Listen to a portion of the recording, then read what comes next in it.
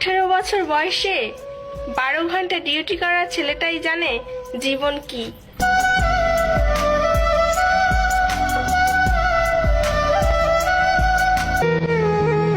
মেয়ে হয়ে ভাবতেছো ছেলেরা কত স্বাধীন, ছেলে হলে বুঝতা রোদে পুড়ে কাজ করা কতটা কঠিন।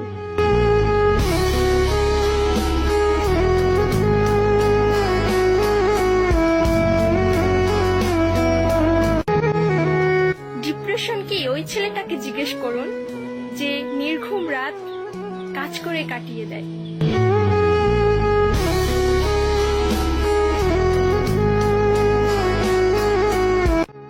ছেলে মানেই নিজের চাওয়া পাওয়াকে চাপা দিয়ে প্রিয়জনের চাওয়া পাওয়াগুলোকে পূরণ করা।